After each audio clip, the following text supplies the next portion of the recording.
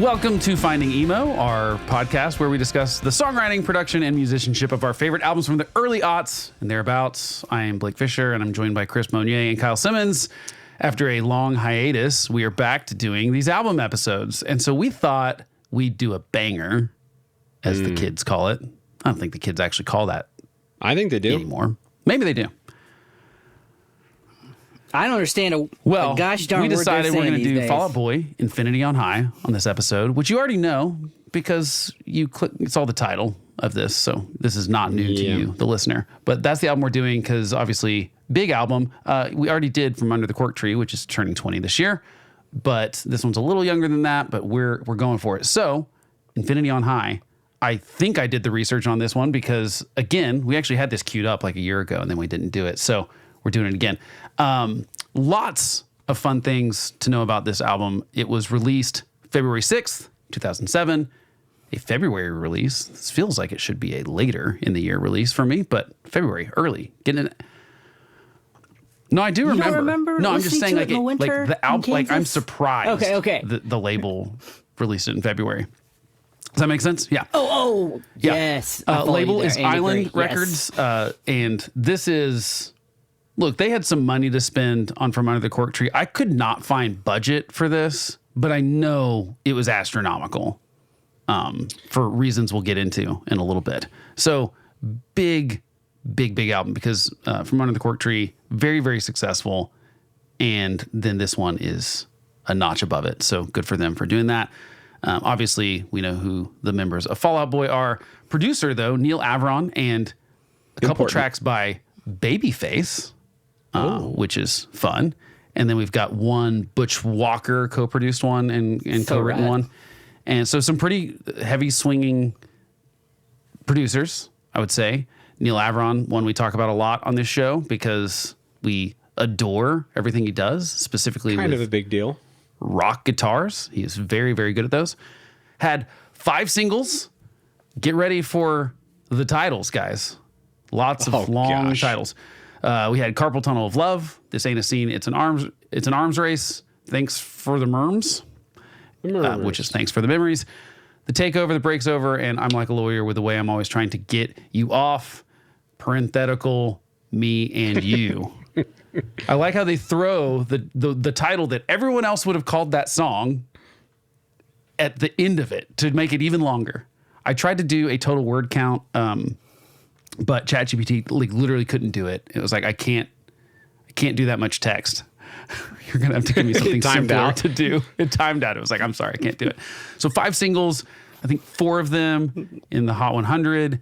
So very successful. Sold over 260,000 records in the first week. Went to number 1.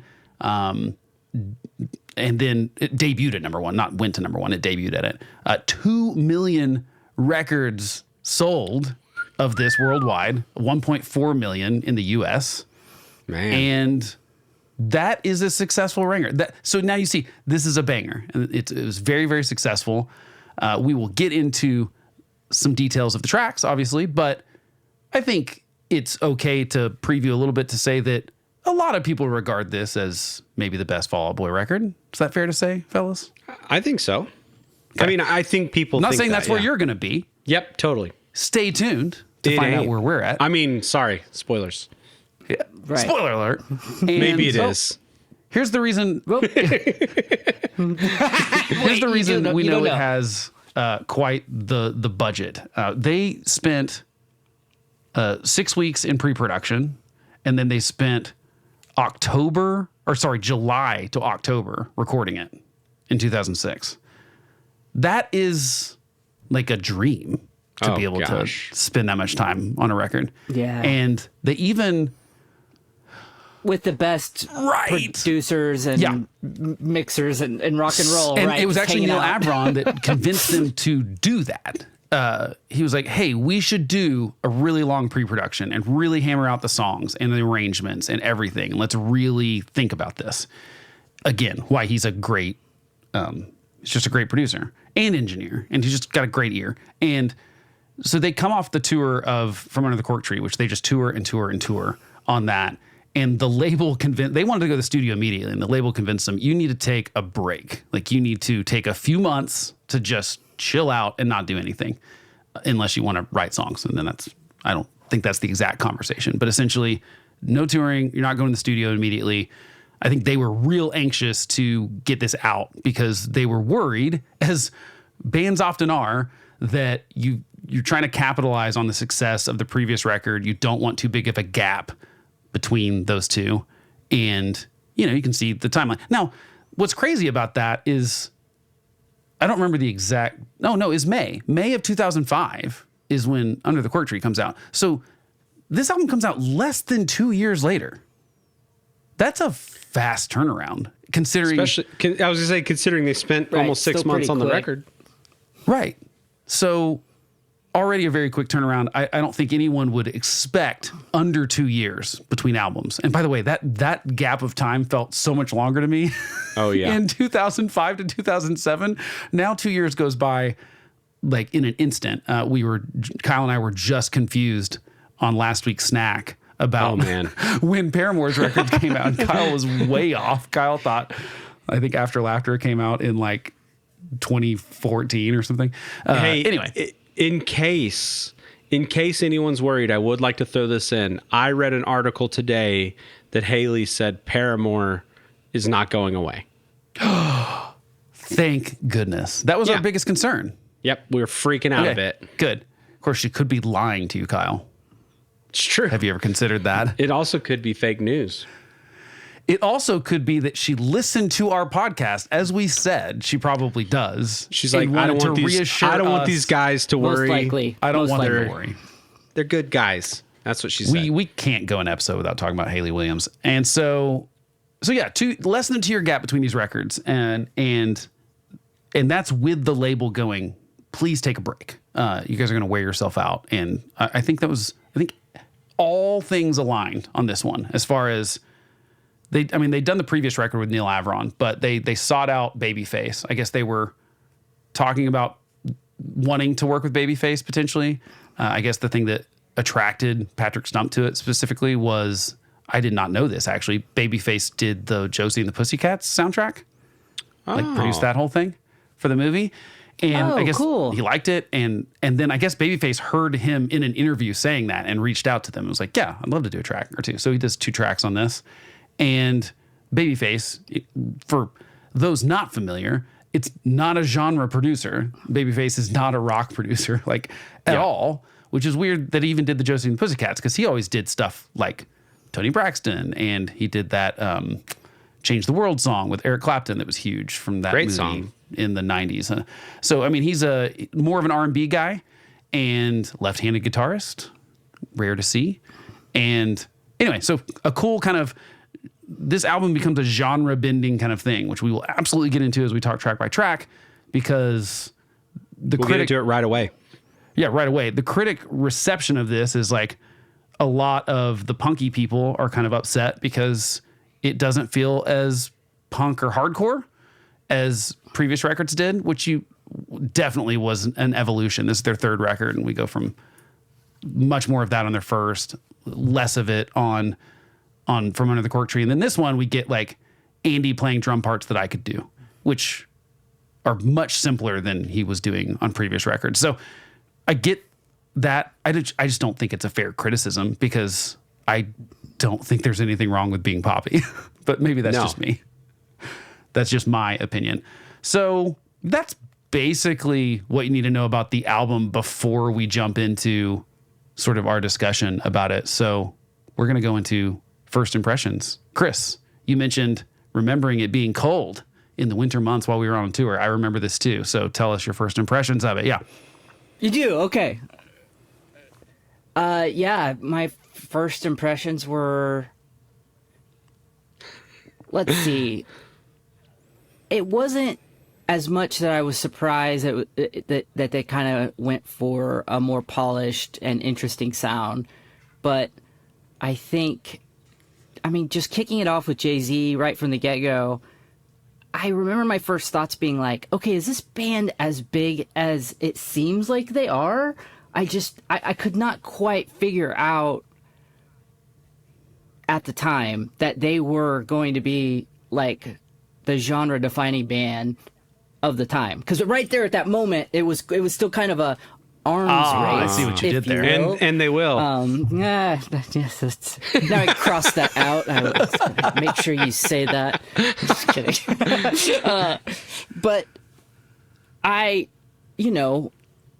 the tricky part, especially since we were playing in, as we mentioned before, I mean, we played with these guys in a little 90-cap venue attached to in Houston, Texas, like bowling alley a few years before this. Oh, the one, yeah. So in many ways, like, it kind of felt like we were all in this race together. And then this, Cork Tree comes out and they explode. Maybe a tiny part of me wanted this album to just kind of suck. And then I was like, oh man, this is kind of good. Oh, this is kind of good. And, it didn't blow me away like Black Parade did. That record took my breath away. It wasn't like that, but it definitely surprised me, and it was really interesting. That was kind of my first impression. It was really hard to figure out how I felt about it, but it was because they did some really interesting Can things. I piggyback off of that, Blake? By all means, you can jump in Chris, anytime you want. I felt a lot of the same things that you just described, but I know I can describe it in I think a very in very simple terms. It pissed me off. I was pissed. I didn't like these guys. I didn't like this band, and it's because of I'm a hater. I was jealous, right? Like, it pissed me off that a band that wrote songs as if they were famous became famous. Like, it was a self-fulfilled prophecy. I was so pissed at that. Like, on the records before, at least, okay, maybe not From Under the Cork Tree initially, because they weren't famous when they wrote From Under the Cork Tree, right? And they wrote it as if they were. No, I wouldn't use the word famous. Definitely a big But band they in the wrote it genre. as if Not they were. famous, no. And then Yeah. They did and the then rap thing. We Jay-Z. talked about that. We'll get there. We'll talk about it later. But like, I was so angry, and I still get mad. Like, I still get mad thinking about the things that made me mad and I was also scared because I'm in a pop punk band. I don't sing like Patrick Stump. Like, almost nobody does. And it's like, is this where the genre is going? See you later, and guys. it was. And it was, yeah. Everyone sounded like Patrick Stump after this album. You're right. Yeah.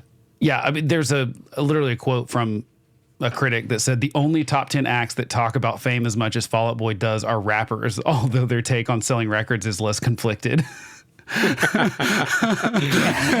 I think is so true. But it's an interesting question, though. Do you sort of, I hate that I'm going to use this word just for the record. Do Okay. you manifest that by talking about, like, is there the fact that you are talking about being big, does that fool people into thinking you are a Yes. bigger deal than you are? I at least don't know how you could argue it in this point. I think they did manifest it. Like, I don't think you, Yes. the in the general sense, like regular people do, but they did for sure. Yeah. You can't. You won't win the race by being, a complete suck fest and doing Right. that little game. But if you're really good and you play that game, I think they somehow, yes, they did. They pulled that out of people. Everybody that listened to them thought that they were listening to this underdog band, and Americans, and especially kids, they love Yeah. an underdog to root for. Like an underdog backed by a multi-billion-dollar giant behemoth major label record company. You're right. Just the little guy. guys. Give them a chance. In case you're not aware, Wince is the lyricist. What? Stomp writes all the yeah, you didn't know that? I figured that. He's never never mentioned said it. that. Figured that might be a nugget of information you guys did not know about before this. Yeah, I've but never he heard said, that. talking about the lyrics specifically, he said on the last record, the lyrics were about this is where we're going to be a year from now, and this is what you're going to be saying about us. But this time we realized that a lot of bands should spend less time running their mouths and more time writing their songs. So, I think that's right. I think it felt I think they knew where they were going.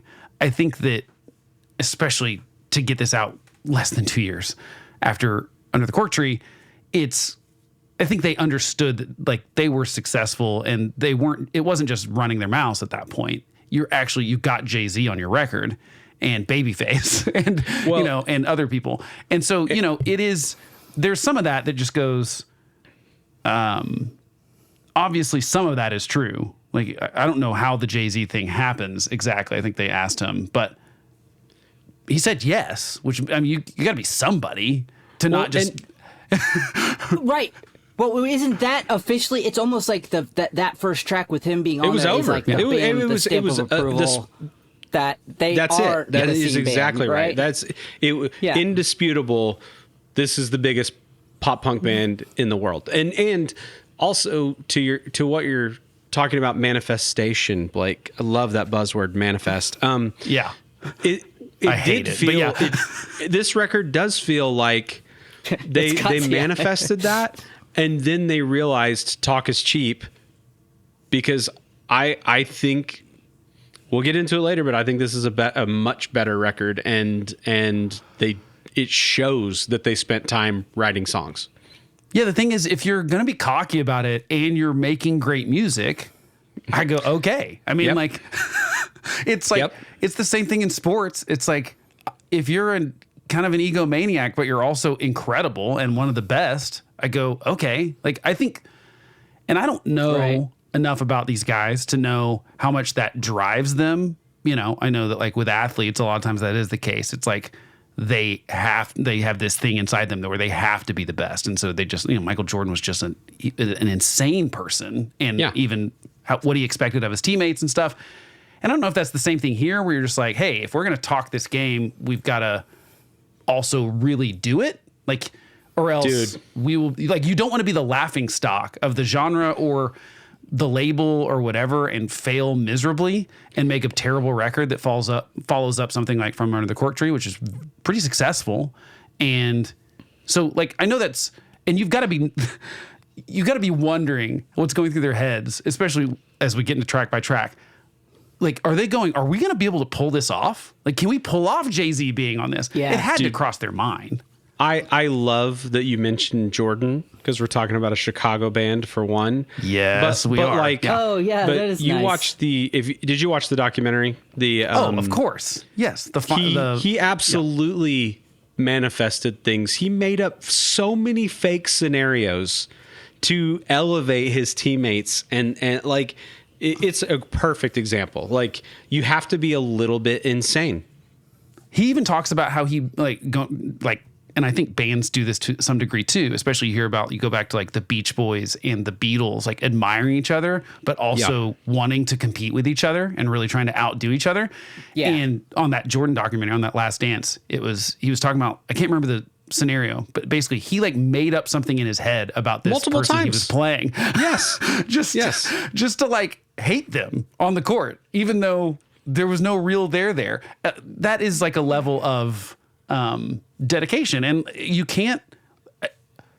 I will say, I think most of that is Patrick Stump, as far as the musicality, the melodies, all that kind of stuff, and that's really where all this shines lyrically. First of all, I was listening to this earlier today, and I pulled the lyrics up on Spotify, and I'm like, I had no idea that's what he was saying. Like there are lyrics I know on this record, and we'll talk about them, but there are also a lot of lyrics just based on the way Patrick sings that I didn't understand or misunderstood and thought that he was saying something else. And we all know that lyrics are just not the most important thing to me, but there are still always Pete Wentz lyrics on everything that make me cringe at some point. And we'll talk about those, I'm sure. But I really do think that like Patrick just went to a different level on this record, and that time they spent in pre-production, I think I would love to hear the difference between, like, I don't even know if we really had demos, because if they're doing all this pre-production and, you're doing stuff on the road, but they're like, some of these arrangements are really cool, and the instrumentation, we've got horns, we've got strings, we've got piano song, We've got all sorts of stuff that, you know, I'm sure in the moment they're going, is this going to work? Is it not? It's kind of brave to go out on a limb. It was brave because you can say this is poppier, and that's a fair criticism if you want to call it a criticism. But it does take some chances. It didn't just go for a pop route. Like no one had done this in this genre or otherwise, and done a crossover with a famous rapper at the time. That just wasn't. None of these things were happening. I mean, and some of it, I wonder if it is. I would love to hear if like Neil is in that time. They realized that Patrick could do anything. You know what I mean? Like probably like just vocally was insane. So that's almost. This is almost like the perfect analogy with the Bulls too. Bring it home. Because you've got like you've got the Jordan and Pippen thing. I mean, without Stump's creativity, ability to write these sweeping, soaring, catchy melodies, and then sing like a magical unicorn from outer space, then all of the swagger and weird lyrics coming out of Pete's mouth, just garbage. I mean, you know what I mean? Like put some Pete Wentz lyrics on top of that, from First to Last. What is that? The band with Sonny? Like on those songs. It's not. I mean, you know what I mean. It would be horrible. It's only these guys working together, all of them bringing their games up, but mostly the two front. Yeah, mostly because Andy's certainly playing simpler stuff on this record than he has before. So I don't think this is a challenge for him musically. No, he's like a hardcore he can play. drummer. This is boring for him, probably. Yeah, I think that the Pippen Jordan thing works pretty well there. Or I mean, obviously the other really obvious analogy is Elton John, Bernie Taupin. You know, it's one guy writing lyrics, which is how they do everything. Pete Wentz just writes out this essentially what is poetry, right? And then Patrick writes songs around it, which I've never done that. No. It's not, they go, it's like Pete Wentz is just writing words on a page, and then Patrick picks it up and tries to, according to Patrick, he tries not to change the words at all if he can.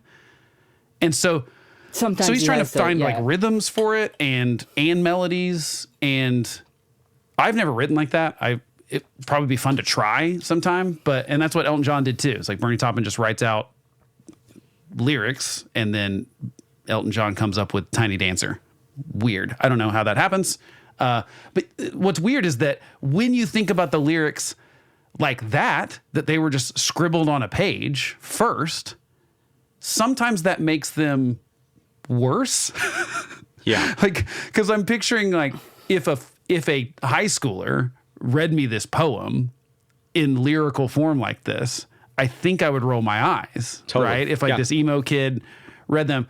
They work really well in song form, a lot of them. But and maybe that's all lyrics. I mean, that's a lot of lyrics, to be fair. But some of these are especially kind of eye roll inducing, and there are several that I will point out probably I could probably pick one per song if we want to, and But look, it works, and they had their thing with the long titles, and the lyrics are certainly a staple of.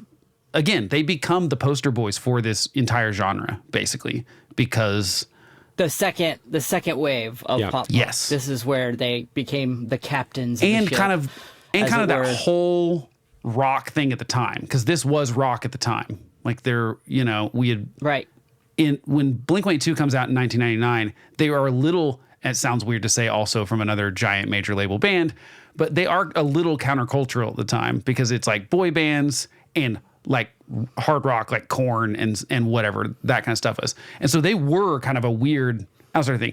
That is not, by the time we're 2005, 2006, and then this album comes out, like Fall Out Boy defines rock and roll at the time. Like they're one of the only bands from this genre that will be in the Rock and Roll Hall of Fame.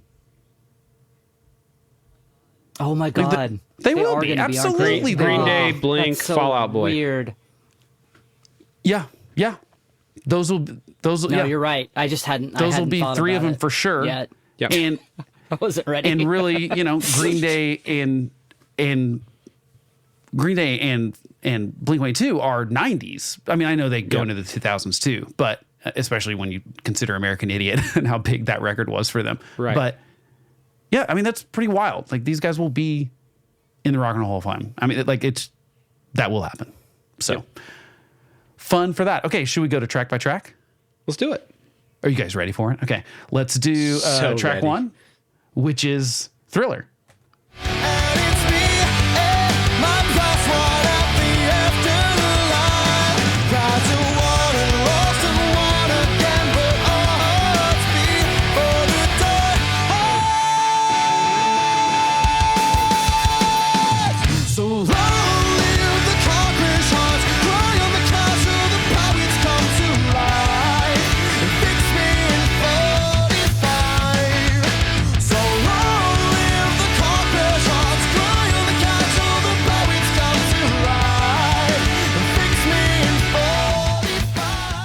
Kyle, you're first. I mean, huge opener. I do love that you hear the hardcore influence in this. And I remember just being completely flabbergasted that Jay-Z is introing it. Like, I don't know how they did it. But like you said, Chris, it was official. Like, from the jump, okay, they're important. But great song. Yeah, I mean, it's a great intro song. Hell of a first track. Yeah, there you go. You got Jay-Z introing it. You've got that clean guitar. Again, a Neil Avron superpower is that somehow that clean guitar is audible in the mix with the other guitars that are just gigantic sounding. And that was the first impression, is how big this album sounded. Like, it sounded huge. I'm glad you said that, because that is the biggest difference for me between this and From Under the Cork Tree. Like, I don't think that record sounds great. I didn't know Neil Avron. I didn't remember that he did that record as well. This record I think it sounds so good, much better. It sounds so much bigger. It wasn't as polished.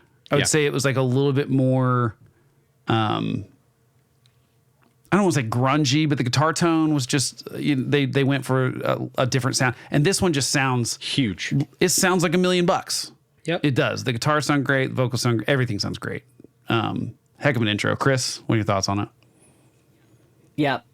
You guys already said the high points. I will just add that the guitar intro, the light, clean guitar, it almost makes you feel like you're at the beginning of a movie, the camera like coming down from the sky, like coming down to the horizon and kind of telling the story of where they were at. And then it builds up and gets big, which to me is almost like the symbolism for the explosion of fame and them completely answering to the moment. It's cool. I just, the juxtaposition of having the biggest rapper in the world and, maybe one of the biggest music stars of the world talk about how you're underdogs. Yeah. Just like, how do you pull that off and not seem so ridiculous? So yeah, I was like this the first time I heard it. I was like, oh my God. Yeah. They answered the moment. Was it My Chemical Romance? Was that before or after this? Black Parade? They had... Black Parade came out after this, I'm almost for sure. Okay, so maybe this was that's what I was thinking. So for me, this was the first opportunity for one of these big bands of the second wave. Sorry, it was before it. It was 2006. I was wrong about that. It was before it. Yeah. Okay, so yeah, this was the second chance for one of the big staple bands of the second wave to have to answer the call, and I think we got disappointed so many times in the 90s with the second album Slump. Yeah. Even though this is third, but I thought it was the second inevitable. Huge one. Well, yeah. So many bands in that era didn't answer the call. I was almost trained to believe that it was inevitable, and then here we are. These guys have done it again. And I was like, oh my God, this is really cool. Good job, guys. I hate you, but good job. Yeah, I mean, I wanted them to whiff, and Yeah, I did. Yeah. Yeah, I think we were all in the same boat as far as Fall Out Boy was someone that we thought were good and a good band, but sometimes the levels that they got to sort of baffled us. Yeah. At least it did me in some regards. Oh, like I thought they were really good. yes. I think they're fantastic, but again, it's almost like the ego made people accept it in a weird way. And I think some of the successful people that came after Fall Out Boy mimicked that, and it worked too. I mean, I think Panic at the Disco was For sure. owes their entire career to Fall Out Boy, and you know, and like even sort of the hubris of it in a tongue-in-cheek way sometimes, because I don't think Pete Wentz is being serious in these lyrics all the time when he's cocky about it. In fact, I mean, he talks about how a lot of times it's really about talking about the insecurity of if it doesn't work. But Yeah. and so it's interesting. But I agree. It was I guess because it's 2007 and you don't get the, and I mean, now every album that comes out, we get to hear 3 or 4 songs off of it months before it comes out. That's just how it works now. Oh, right? that's true. And it's hard to put yourself back there where you heard. you know, we had nothing. a single. I think the first one was. Let's see. Well, I think first single was Carpal Tunnel of Love comes out December 12th, 2006. So we only get basically 2 months between that, and we get This Ain't a Scene in January. So that was pretty big. So we knew, but This Ain't a Scene was not, to me, terribly indicative of what the rest of this album sounded like. I agree. And so I was very surprised when this is the first track, and I was like, all right, I'm peaked. I meant to ask you guys, do you think it's a coincidence that they titled the first song after the biggest album of all time? No, Yeah. I do not think it is. I think they might think more about the titles sometimes than they think about the lyrics. Oh, And I know Pete does. Yeah. yeah, and sometimes they work really well, and sometimes it's like, why is this song called this? I'm never gonna. I mean, this album is 18 years old, and I cannot remember most of the names of the songs that I like on it, like the real name of the song, because they're just kind of long and ridiculous. But Thriller, come on, that's absolutely that's not a coincidence. There's no way. Okay, let's go to track 2, The Takeover, comma, The Break's Over. Don't pretend you ever forgot about me. Wouldn't you rather be a widow than a divorcee? Stay away from fashion magazines. Oh, a widow or a divorcee. Don't pretend, don't pretend. We do it in the dark with smiles on our faces. We're trapped and well concealed in secret places. Oh, we do it in the dark. Chris Monier, that fade is too short. I'm sorry, guys. I'm out of practice. It's too short of a fade out. I didn't even notice. Okay, so 23-year-old Chris is like, look at that. I was like, this stupid freaking sheep. What is this? Okay, maybe they put all their money and talent into the first song and the rest of it will suck. And then I was like, oh God, this is even better. Yeah. Guitarists weren't really their thing before, and yet here we are, two songs in a row with great guitar riffs that are memorable. And this song, even though they definitely did it in the first song, it's still like a 45 1-minute song, whatever. It's in a way a throwaway song. It's not going to be a single.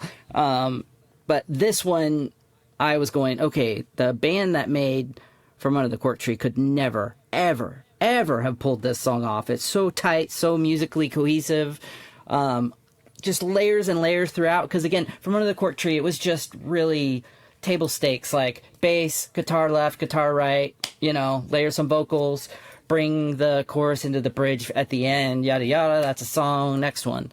So, and good clip too. I do absolutely love that line. We do it in the dark with smiles on our faces. And props to my Motown homie Patrick Stump for the peekaboo chorus. Wait until a minute 40 and then bringing it up high. Whoop! with the actual hook of the song that you didn't even know was coming.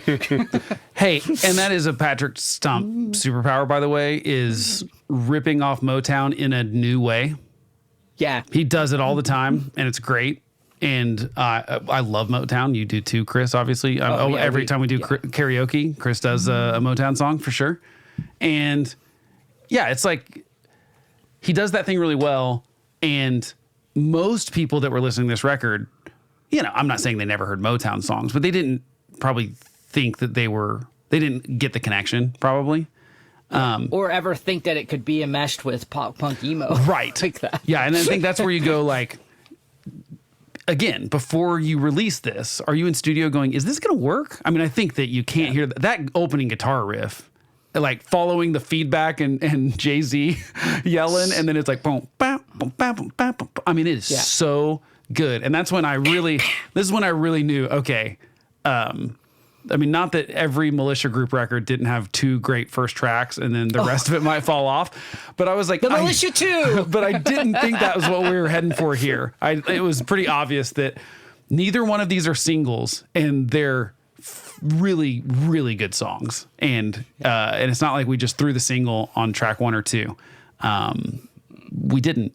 So it's pretty great. By the way, Take Over the Breakover is referencing Jay-Z's track Takeover, which is a diss track against Nas. So I guess they have to give Jay-Z even more credit for being on the record by titling a song after one of his lyrics. So Kyle, what are your They thoughts should on have it? named the album after him. That was Yeah. an incredible gift. And all their firstborn kids. For all we know, they did. Maybe all their kids' names are Jay. Hova.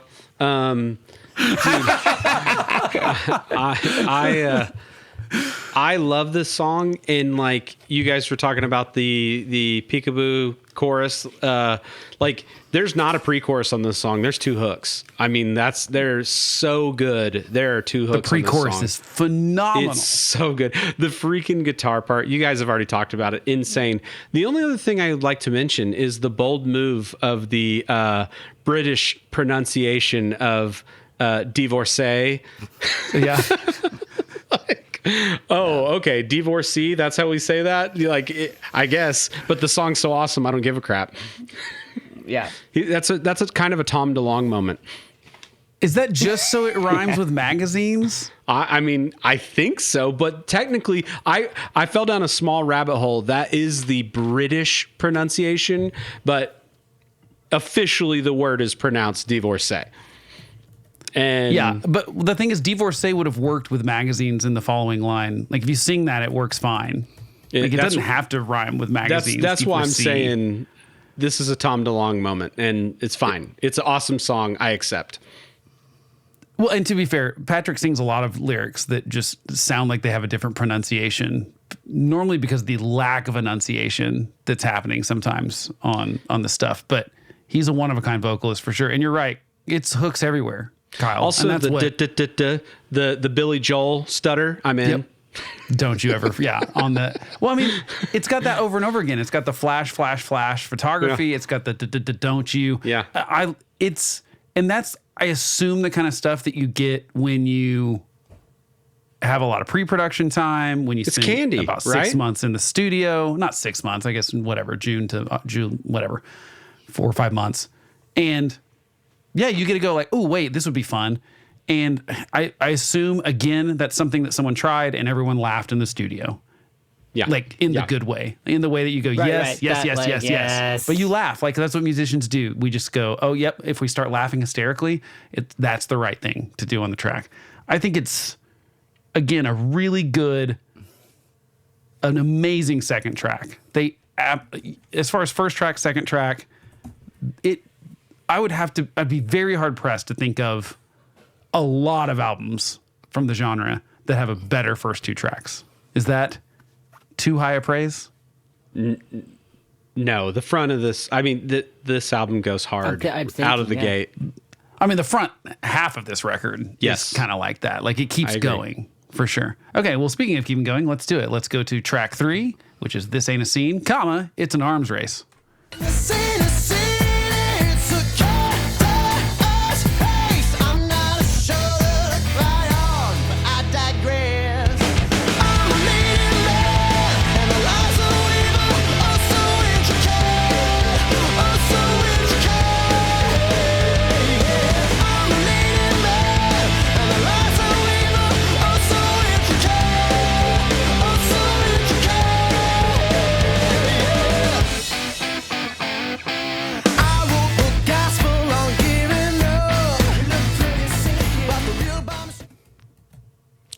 I would have no idea what any of the lyrics were in this song if I did not have them in front of me, for the record. It's no idea what he's saying. Kyle, what are your thoughts on it? I love the song. I love the lyrics, and I love that he's talking about how he wrote the gospel of giving up. Like it sounds like a preacher at a pedestal, right? Like I feel like the way he's delivering the words, the lyrics, and I love the doot-doos. They're very to me, they're very like 80s spooky Saturday morning cartoon. I know that's a weird thing, but like it feels so out there, and it fits perfectly at the same time. Yeah, I mean, I think it's a great song. What's weird to me is I love the song, but like I'm still a little shocked that this was the first single. Oh, my light just burned out. It's okay. Okay. Anyway, we can still see I'm it still fast. shocked that it was the first single because it's abrasive, you know, like, but it's a great song. Yeah, I mean, but isn't that pretty normal for major labels back in the day? It's like they do a, hey, here's the song that like the already fans of this band are gonna like, and we're trying to get those people excited about the album. We don't necessarily need to get the whole of top 40 excited for this record yet. Like sometimes you're kind of going like the second track. I mean, at least that seemed like for forever. It was like first single, especially for a rock band, was for rock radio. And then the second single might have been a little bit more poppy. Third single's the one that you're like, all right, we are really giving this to the masses. And Fall Out Boy continues to do this by working with lots of artists. Jay-Z's kind of the first one that makes us go, wow. And then they go on to do this with lots of big artists. And it is a way that you, as a label and a band, you cross-pollinate with other fan bases. You get to go like, oh, you like Jay-Z? They're on this Fall Out Boy song. Or you like Elton John? They're on this Fall Out Boy song or whatever. And, you know, it's plus they get to work with these people that I'm sure they love. You're right, Kyle. That lyric specifically, that is where Patrick Stump is a genius. He takes what's on the paper and something that Wentz writes and is a fine lyric. I wrote the gospel on giving up. I like it. I like the alliteration. The way Patrick puts it into the song makes it sound like a gospel preacher. Yep. And that is what's cool about what he does with those lyrics is he turns them into, he puts an attitude behind them that totally makes it work. Chris, what are your thoughts on it? Yeah, I mean, you guys already said the most important parts. I think when it comes to picking us for a lead single, you mentioned that the first song was always released for rock radio, but I'll just like sprinkle onto that. Not only that, but almost every opening single from that era was both rock radio and it just usually had a little tougher sound. Like I think about like first single off Futures, just I don't want to say dark, but just a little tougher. And Love and Death Was by it the Pain? Used. Was it Pain? Right? Yes, yes. Pain and Love and Death by the Used. The first single off that one was a Bedroom little Talk, grungy, a the little starting tough. line. Yeah, that was real rough. That was rough on my ears and the imagination that ensued. Yes. Yeah, I was like, that's not what he's saying, right? Yeah, it is. Okay. Oh, I think, yeah, I think that. I wonder how many times that exact phrase was echoed into the universe when that album came out. Excuse At me, the what? label too, I'm sure. Yeah, yeah. But dude, yeah, this song is so funky. It reminded me when you get into Motown first, you like get really into the candy, like ABC, Ain't No Mountain High Enough, and then you start getting into the deeper cuts, like especially some of the stuff the Temptations did, like Papa Was a Rolling Stone, and this reminds me of like kind of that like part of the library of some of the Motown artists. And I had more respect for Patrick Stump after hearing this song than I ever had before. I was like, oh, dude, he's just like me. We listen to the same records and we're inspired by the same stuff.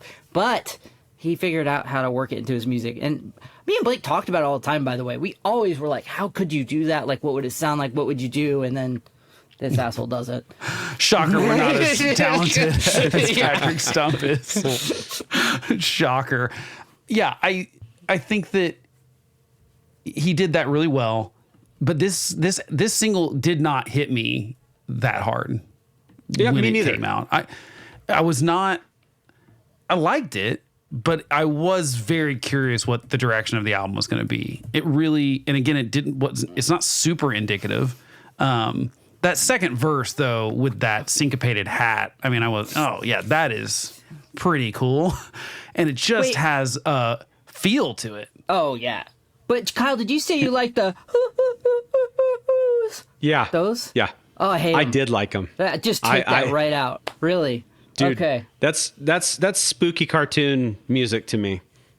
I Like just in the think best way. I think it's so distracting. Agree to disagree. You just- I don't know where I'm at on it. I think I'm so used to it now. I don't know if I remember what I can't remember the exact feeling I had of it. I don't remember being extremely impressed with it. I remember kind of being like, I don't know where this is going. I think I was intrigued, but not, there are a lot of songs on this record I like more than this song. Same. A lot. But it was very successful for a single. Kim Kardashian's in the video. Oh yeah, that's weird to think about now. Yeah, well, It is we're weird. also, I have not released it because I figured I'd wait till we did this album. We did a good video, bad video on it like a year ago. Oh yeah, that's So we're all have different hair in it. I'll release that this week too. And so you can go watch the video for the first time in 20 years and be like, what? I didn't remember any of this. It's a weird video. It's not great. It's like, I don't think these guys are as funny as they think they are. I think that's one area of the talent that they don't have. You And don't that's have it okay. all, guys. You can't have it all. You can't be great at singing and lyrics and music and arrangements and also be funny. You're not allowed to have all that talent. It would be- Blink-182 does have all that talent, but they, like you can't be them. They pull off almost all of those. Although they know their shtick and they stuck to it. I think Fall Out Boy meandered away from their area of comfort with some of these videos, trying to act. yeah, yeah. That's the difference. Yeah, is that like They just slapped a mustache on DeLong and they're like, "Go be funny for an hour and we'll film it." Yeah, but even then, it's like Travis knows he's not funny, and he's never the one trying to be Exactly. so in Blink-182. Right. And it would be awkward if he did. So I think that's where it's like you got to know your lane, and you might not be good at everything. And I don't think funny is the thing that Fall Out Boy are great at. Any other thoughts on this second single from this album? Okay, then let's go to track 4. I am like a lawyer with the way I'm always trying to get you off. Parenthetical, me and you. Here we go. Prettier and younger, but not any better off. Bulletproof loneliness at best, at best. Sitting in a honeymoon. If I woke up next to you, if I woke up next to you, sitting in a honeymoon. If I woke up next to you, if I woke up next to you. This is the first track on the album that we get that's the Babyface production, by the way, which makes all the sense to me with the background vocals. It's lush. Kyle, what are your thoughts on it? Okay. Love this song. Love the clip that you played, but so okay, I want to talk about the melody first because Yeah, let's do it. I don't think it is a coincidence that this song just completely swagger jacks the melody to Groovy Kind of Love. It is the exact same melody. Hold on, let's pull it up. It is the exact Judges? same melody. You can do the Phil Okay. Collins one if you want. Well, of course, we're, Well, yeah, is that the what- version we want to do? what- Phil Collins? it's just whichever one. Okay, hold on. Let's get this thing going. Hold on, give me 1 second.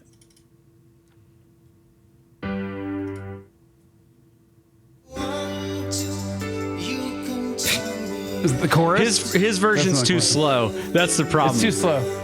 What's the original? Diane and Anita. Is that right? Is that one on there? Hold on, we'll pull it up. Well, who is it? Sonny and Cher? Try that one. Mindbenders? Who the heck is it? I think the original was. It's like I thought it was two female names. Yeah. Diane, and No, I think the Mindbenders is correct. That's what I'm. Okay, let's Okay. try this one then. try that. Like it's the same melody.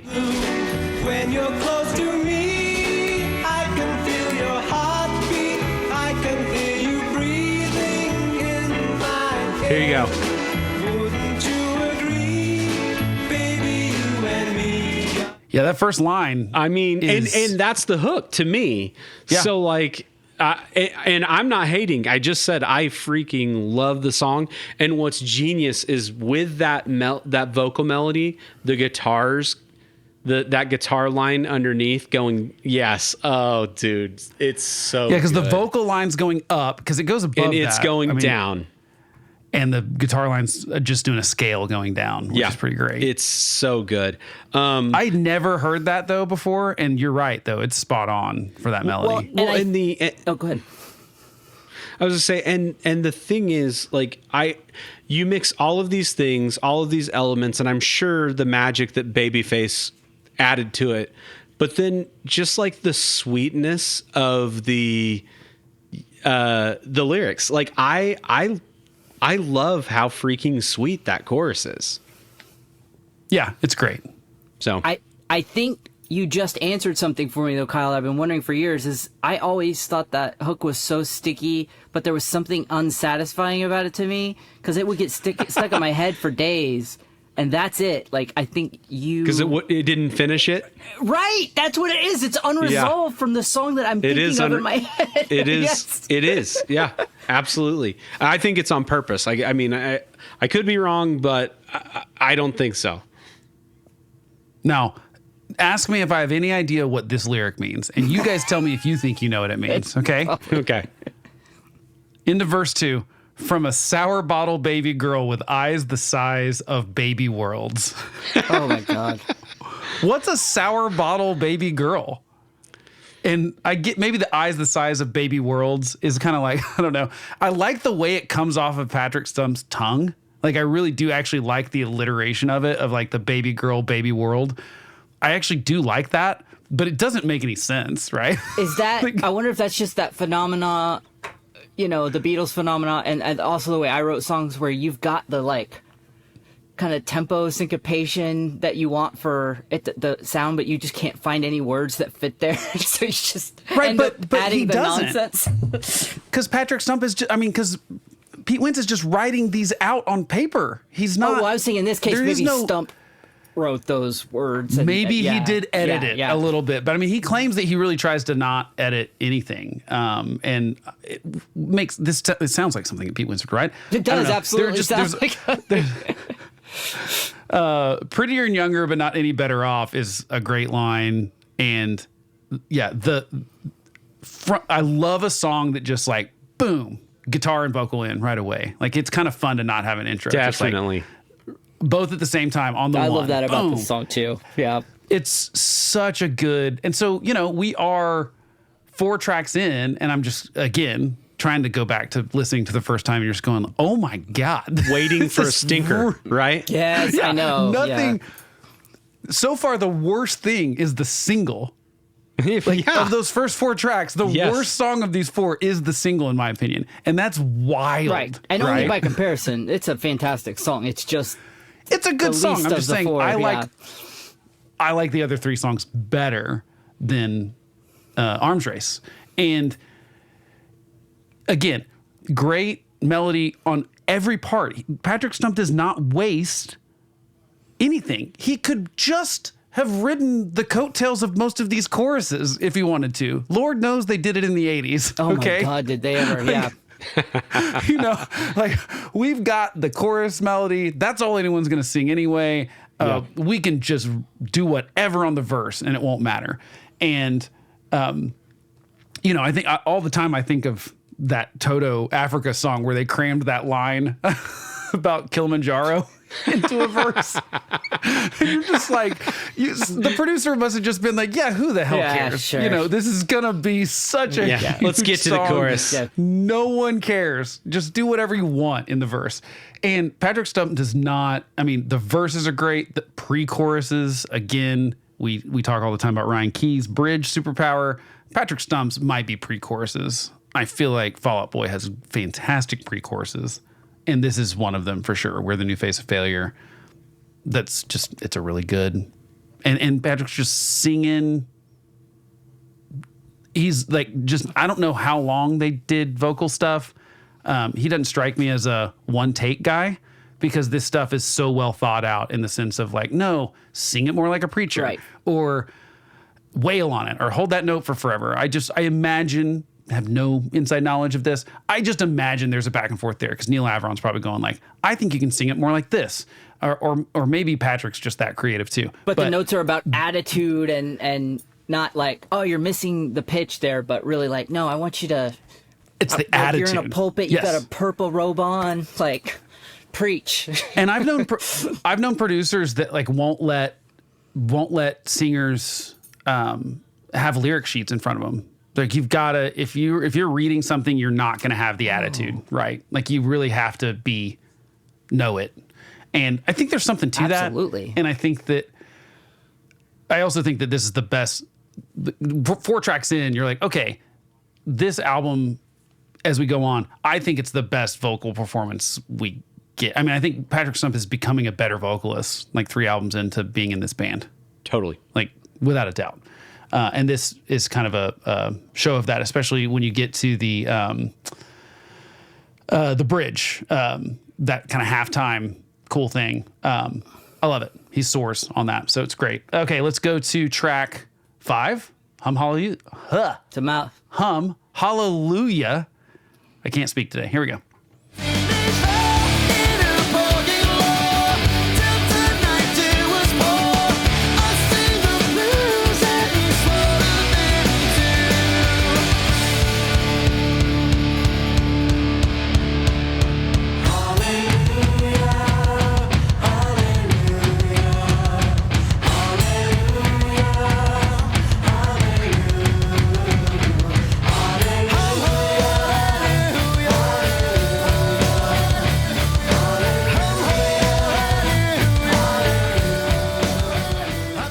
Chris Monier, thoughts on this track that I'm not going to try to say again because I butchered it twice. That's hard to say. You're not giving yourself a lot of credit. Let me try to say it. Hum Hallelujah. Oh, actually, it's not that bad. You Way to nailed go. it. All right. I got lucky. I when you were saying it, I was like, that is really hard to say. I'm going to try it. Just got lucky. Okay, so this was my favorite song on the record after the first listen. I absolutely adored this track. It's, for me, it was such a cool song, and I was like, this is not a song that any other band could conceive, could think of, could make. Like, it is a perfectly crafted Fall Out Boy song. Like, it is that. Even the fact that, there's an homage to Jeff Buckley in it is so Fall Out Boy. Like, for them to be like, well, let's just use that, that melody, use that line. So Yeah, technically Leonard Cohen. right. Wrote it, But wrote it. the But, Buckley. I mean, if I'm yeah, thinking, to be when totally I'm thinking fair, Wentz, I'm thinking he's No, the Yes. Buckley guy, It- right? no, it was they absolutely is Buckley. Like the only reason anyone knows this song is Right, because right. of Jeff Buckley. It is Yep. well documented. Look, that is a situation where that cover is better than the original. It made the song better. Jeff Buckley's version is the version as far as I'm concerned. yes, excellent So you're call not out. wrong. And again, the 2 chorus thing, we got to have it again here, where the pre-chorus is just fine, and then the B section of the chorus is the perfect payoff. Yeah, solid anthem. It's weird. I'm the opposite on Really? this one. I really didn't love this song, and it's fine. dogging on it. There's something about that song. Okay, I have a complicated relationship with the song Hallelujah because Jeff Buckley's version is incredible. It is. It's the version that everyone thinks it's his song because it basically is, I think, in my opinion. However, there was like at some point in the mid 2000s, someone like it got wildly more popular. I mean, that Jeff Buckley's version was from Shrek, 1997. Is that what it Is was? it Shrek? Is that what Yeah. it was? Oh, that is what it was. Absolutely. It was Shrek. Absolutely. The Shrek Everybody was soundtrack. losing their And so, stuff over this song around this time. Everybody. yeah, Yep. Shrek. that's what it was. And so it felt like, I think I probably had a bad reaction to it because I was kind of like, well, I've liked this long song for a decade. And as I was kind of being one of those brats that's like, I liked this song before everyone else did. And there are so many not good covers of this song for some. And the other thing that drives me crazy about Hallelujah is that somehow it's become a Christmas song and it's just not. It's not a Christmas song. And neither is a few of my favorite things from The Sound of Music. They're not Christmas songs. Stop trying to make them Christmas songs. That's my rant about Hallelujah. But I think it just maybe left a bad taste in my mouth. And really, that's the best melody in the song is the Hallelujah. It's like the chorus is okay, but it doesn't repeat the hook very well. Like it kind of has a part A and a part B, and they're both fine, but they're not really together. I think the pre-chorus is the best part of the song. Yeah. But what about the guitar? that's But where what I was about the guitar? Like how they do that 2-string on the guitar and then they do the syncopation together with the drums. I don't know. I think no. Yeah, instrumentally, I like you're it. kind of like leaning in here on the melody, the vocal melody. That's not as strong. Right, because that's just always that's always the thing that And we had I some really care strong the most about. vocal melody performances up to this point. Yeah, I got you. Yeah, I mean everything has been hook after hook after hook, and then this is a fine song. It's not. And by the way, I guess it's about Pete Wentz trying to kill himself in a parking lot. Didn't know that until this week. Kyle, what are your thoughts on that? You be the tiebreaker here. Man, here's the deal. I really am just in between you guys because I think it's the most Fall Out Boy before sounding track yet on this album. Like, to me, this sounds like it could have been on From Under the Cork Tree, and it would have been one of the best songs on From Under the Cork Tree. But the Leonard Cohen writing credit, and that was a little on the nose for me. But I like this song. I just don't know. I don't love it as much as the one before. I think that's totally fair. Yeah. It's a divisive I would song, say if that it turns out. none of us are wrong. Yeah, it turns out it was. But I am a sucker for the like hanging cha cha cha, you know, like the cha cha cha cha. That just pulled me right in. Yeah. I love it so much. and the chugga chuggas on A Teenage Vow in a parking lot. Yes. Yeah. I mean, that's a cool. No, like I think if I took the Hallelujah stuff out of it, which again I forgot about Shrek. I think I blocked that out of my memory. You're right, that's forget about absolutely what it Shrek. was that blew this up. How could you ever? Hey, speaking of though, now I've got Shrek? a question. Well, not about Shrek. But Yes. here's now I just realized something. So we were talking about From Under the Cork Tree. Okay, so Beyonce also has a song called XO.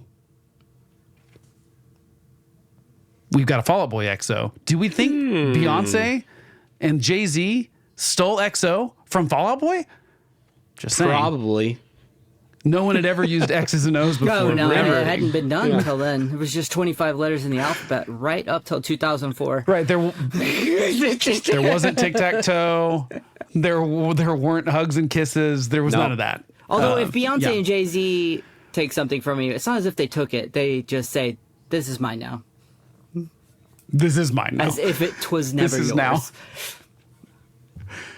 And that's how it works. Okay, let's go to track 6, Golden. I knew the lights of the city were too heavy for me. Though I carry carrots for everyone to see.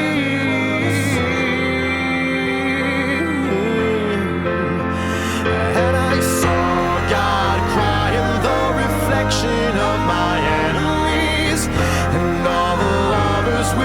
time for me, and all of the mothers raised. Kyle, where you at on this one? Okay, so I think this song feels out of place. That's just my opinion, but I also really like the song. And I love the melody, specifically in the "And I saw God cry in the reflection of my enemies." That is so awesome. I never skip it, but like fading into the next track, it feels weird to me, man. Okay, I'm going to have a different opinion. We're going to go Chris first. Strong. Chris, disagree. where are you at on this one? I'm a little shocked to hear that. I kind of feel like this is the perfect intro to the next song. It's is almost the as if perfect it was intro to the written next song. for that purpose. I totally agree, Chris. I totally agree. I'm trying to put myself in Kyle's shoes though and understand where he's coming from, and I feel it. Because it does stand alone really well, but I just have to say, even after all these years, when I heard it, I was like, no, this is the part A of This is Thanks for the Memories. Thanks for the Memories. That's how I think of it. It feels like an intro to Thanks for the Memories. And I don't think this song could go anywhere else on the record. And it's almost like I almost feel like we need a break. No, because the first 5 tracks went hard. So, okay, let me say this. I'm not Yeah, by all backing means. down, back down. but I'm going to say I won't. I never will. So I think that the guitar part opening Thanks for the Memories is similar to I don't know the names of these songs. We Don't Fight Fair. It's got that same vibe, and I feel like but it doesn't open. But it didn't open with guitar. It's the horns and stuff. But just swelling There's no guitar till the horns chorus. It's all orchestra. on Thanks for the Memories. Yeah, Man, I don't know what I'm talking about. it's I okay. stand by what I said, though.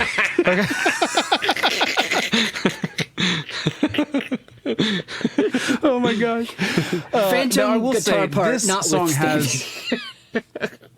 Yeah. Okay, I should have had everyone prep one of these, but you can glance over the lyrics while we're recording this if you want to. I think this song does have the worst lyric on the whole album.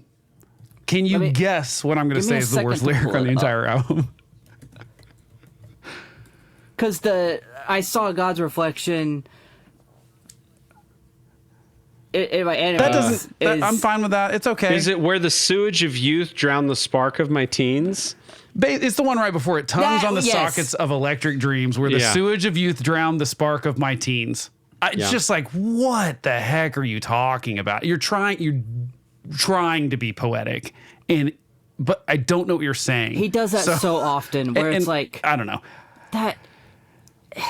What is it that Peter Griffin But I says do about think he Godfather? redeems himself it with- insists upon itself. It insists upon itself. Yeah, and it's like, what? that Okay, we've got. So dreams are electric. Okay, we've got electric dreams, and you put your tongue on. You can't put your tongue on a dream. No. First of all, so certainly can't put your tongue on an electric dream. I don't Well, and understand a what we're socket talking about. is a vessel for Sewage of youth. electricity, but it's not made of electricity.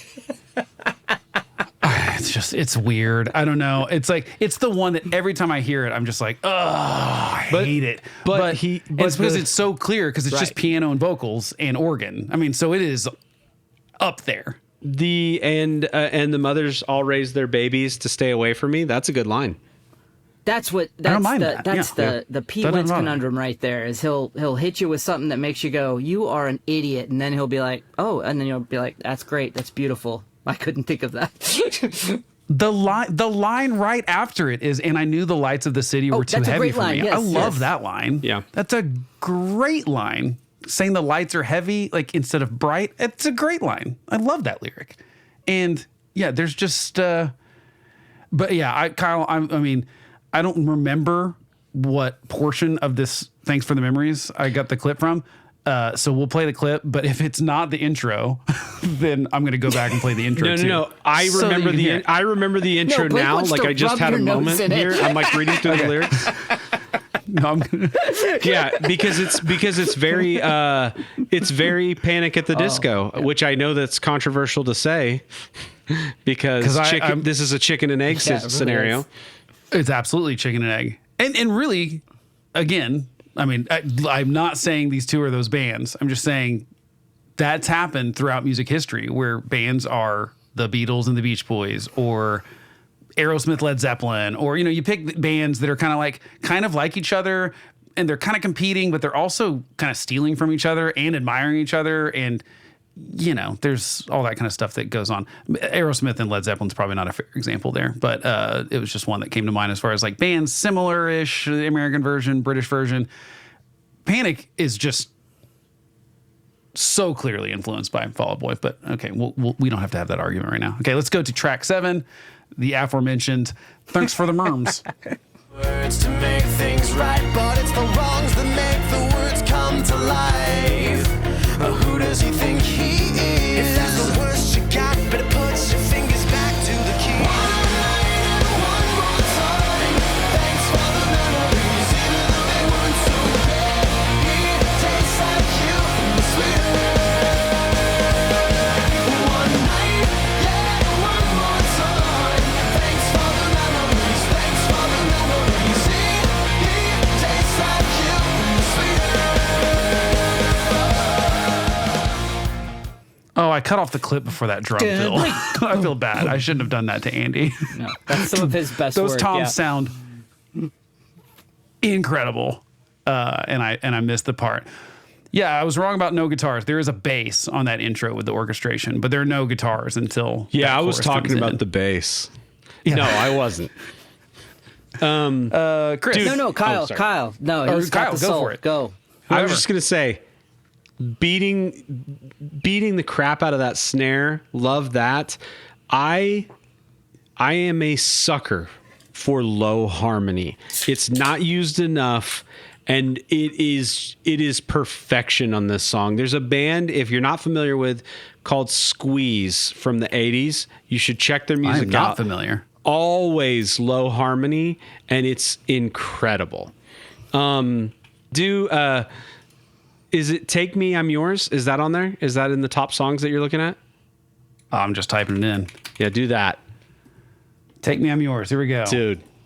Let's get to the middle of it, maybe.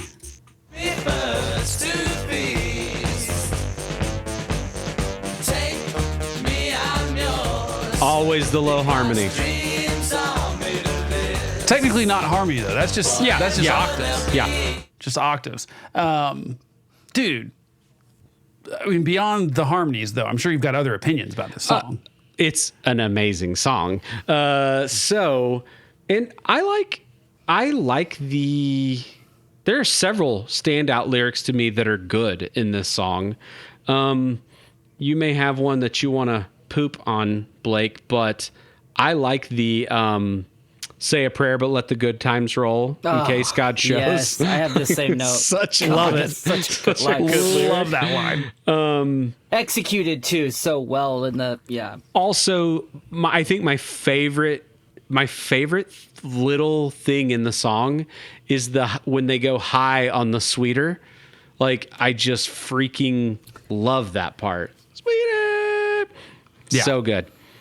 I mean, it's an awesome song. That's all I got. This is another Babyface one, by the way. So This is the way. second track that Babyface produced, and it was a good call having Babyface come in. Did they 'cause I feel ever like he do more really did music have- with him?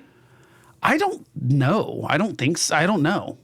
But I mean, gosh, now I want Babyface to produce my record. God, it's Wow. like the vocals are just chef's kiss. Chris, what are your thoughts on it? Oh, yeah. I mean, this is an absolute freaking banger. So incredibly jealous of this band to get to A, write a song like this, B, pull it off magically, C, get that orchestration nailed so perfectly, and in the way that we always talk about, where it's done tastefully, it adds to the song. It's not just mimicking the melody or anything. Like, it's adding these little moments in the song, this little bit of candy and a lot of stuff. Then you've got the freaking like bossa nova bridge, as if you hadn't already like abused my eardrums with pleasure enough. Like With that flamenco guitar? Yes. Yes. I was like, you guys already pulled out too much candy. It's not fair. Like, It's such a cool bridge. No, Yeah. I've got lots to say about this one. First of all, lyric wise, I love the lyrics on this song. I think it's the best Pete Wentz lyrics, maybe, with one caveat. And this is going to Is it the homoeroticism? No.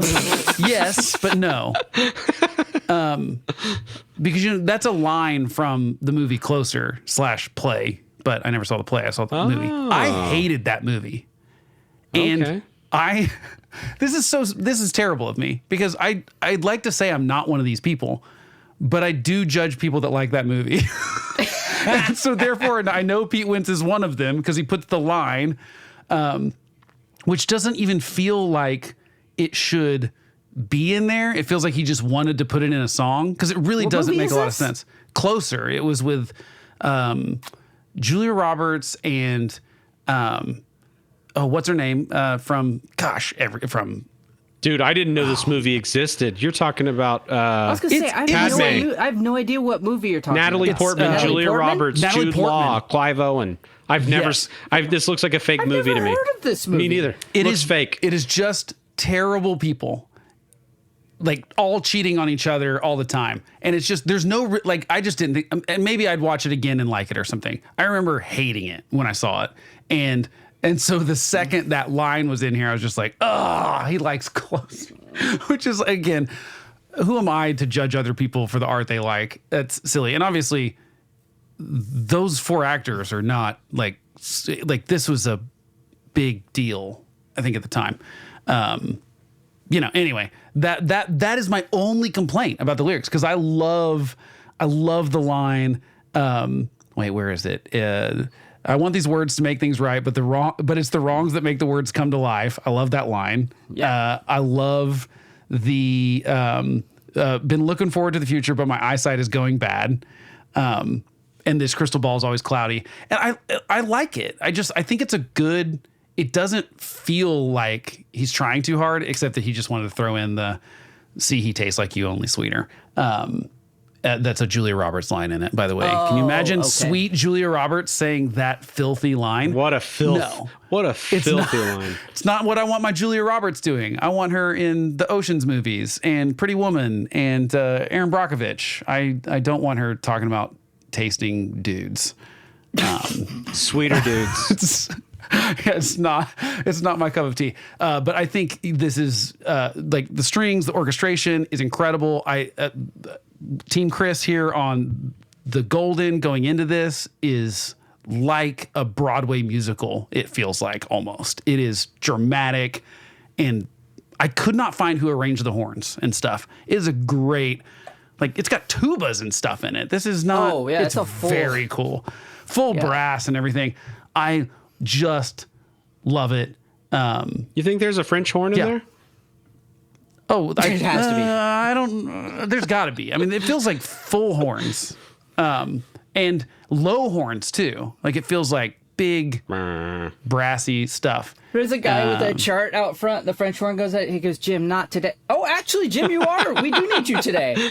Come on in, buddy. Come in and get in And by the way, here, I think I was bud. wrong. I think this is the one that had Kim Kardashian in the video. Maybe I'm wrong. That's what my notes say, but I might be wrong about that.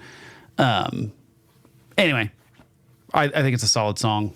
You guys, Like do you quite a guys think bit. this is, for me, this is one of the most perfect songs of the dance between the lyrics where Patrick pulls off just perfectly, like using these lyrics that, I mean, you just wouldn't think they would fit, and he gets them all worked in perfectly. Again, that's what like is astonishing to me because It reminded sometimes me of an he's Elton really John song in that way. Like the syncopation, it's not how a classic song is written. at all. Like, No. especially a single.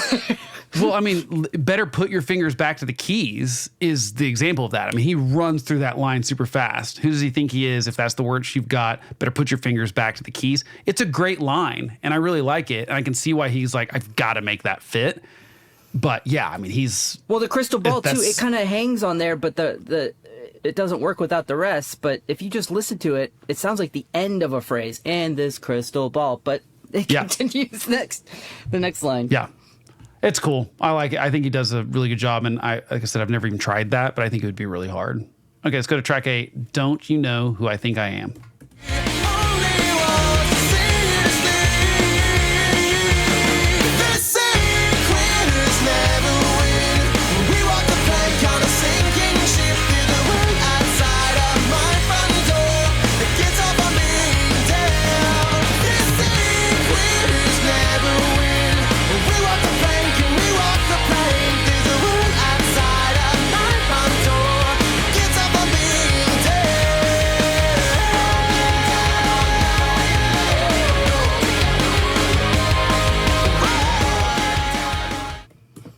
I'm going to go first on this one because I love it. Do it. I don't know. You know, the thing about digital recording is that we can take one syllable of one take and then another syllable of the next take.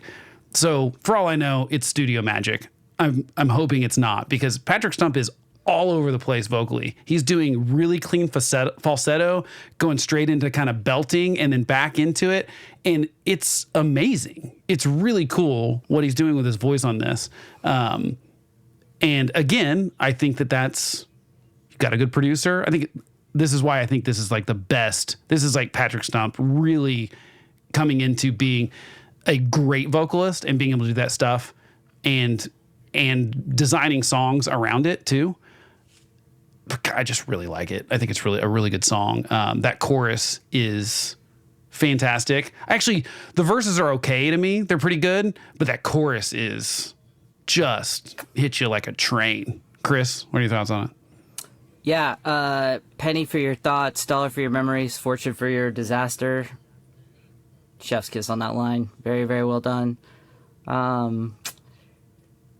Yeah, I mean, you said all the points that I was gonna hit. I do, God, you know, it's like the wordiest band of all time, which has always been a little pet peeve of mine. Like when bands get too wordy, although that's kind of their shtick. But I did feel like they took their foot off the accelerator just a little in this song. You can barely tell, but they do seem to pull back just a little bit, and which I think opens up a little more room for Patrick to experiment with the melodies, and I think you hear it a little bit in this song. Well, yeah, I love that last one where he's just kind of riffing. Oh, that we kind of had a little bit of it in the clip where he's kind of riffing over that whatever the memory lane kind of line is. We're broken down to memory lane. That's kind of the main thing, and he's just riffing on it. Right. It's pretty cool. I also really liked in that clip, and I think the reason I probably made that clip was I love that he just does the "we walk the plank, we walk the plank." He doesn't repeat. He doesn't do the sinking ship part on that. I don't know why I like that so much. I just really like that he was like, I'm just repeating the walk the plank part. I don't know. Kyle? Walk the plank part is also one of my favorite parts of the song. I think that... Okay, so I'm not weird. No, not at all. It's awesome. I think definitely Patrick's vocal performance is like insane on this song. It's so good. But what's interesting is like, I don't know that anything else stands out to me about it, but I love this song, and Patrick's singing is insane. Like that was the only note that I had. And then you mentioned the walk the plank part. Love that. But yeah, his pipes, man, he's got the pipes. Yeah, and I think that might be what's selling me on it, because it's not the best hook on the record. It doesn't have the multiple hooks that a lot of the other ones do. But that you know how hard that it is they to say do that. line, Yeah. that they say note alone, and I mean it repeats that later in the chorus. To me, just that break and then going into that vocal is enough to make me go like, oh wow, this is Yeah. really cool. Finally, just like hold a freaking note instead of adding 17 syllables. You know, it pays off for us to get to listen to that sweet, sweet, sweet voice. I'm into it. Okay, let's go to track 9, The Afterlife of the Party, which I do like the parentheses on this one. It's kind of cool. All right, here we go. Singing songs that could only catch thee with a desperate cutting last. Watch you work the room, cutting last. Watch you work the room, cutting last. Watch you work the room, cutting last.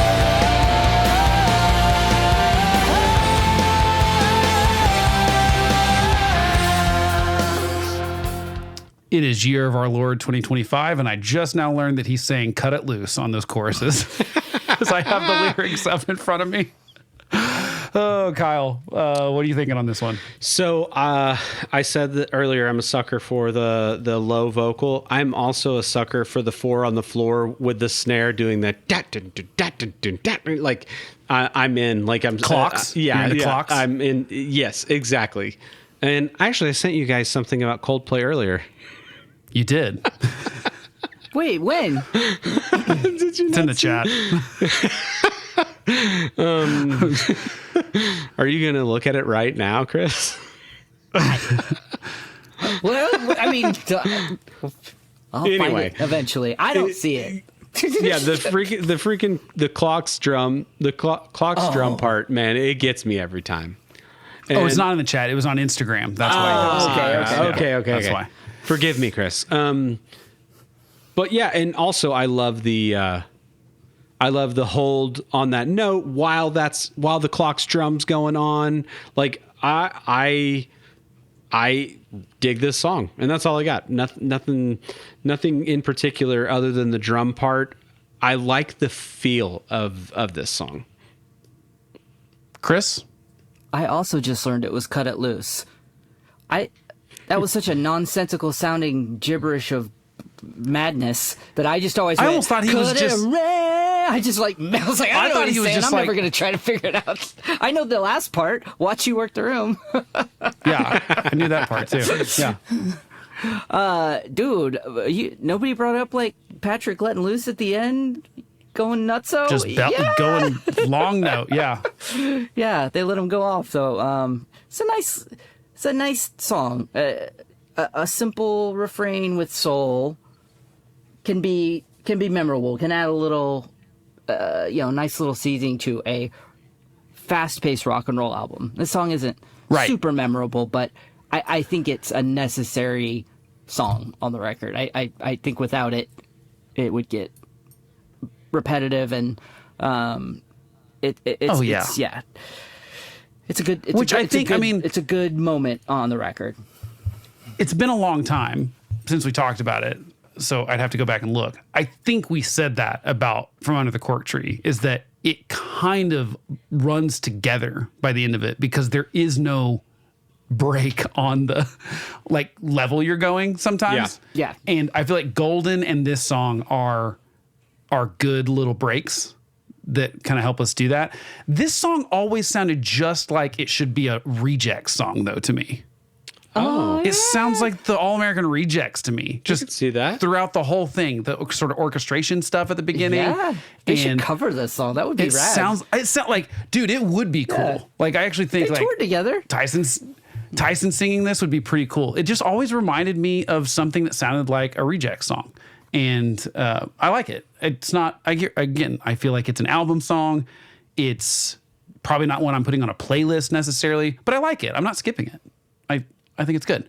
Let's go to track 10, which is the Carpal Tunnel of Love.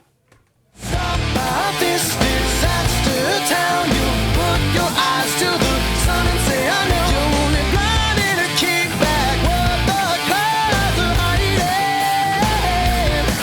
And we might have started singing just a little soon.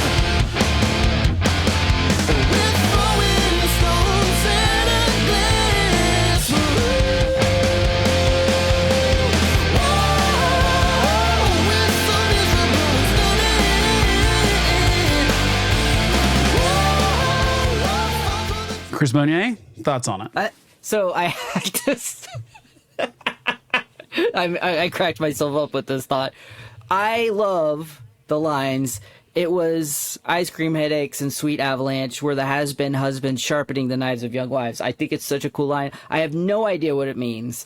And to really emphasize that contrast in my mind, I pictured myself in handcuffs being dragged away from the scene saying, but I'm a has-been husband of a sharpening the knives of young wives. And I would sound absolutely insane. And everybody would be like, I'm glad they're hauling that guy off. He's got problems.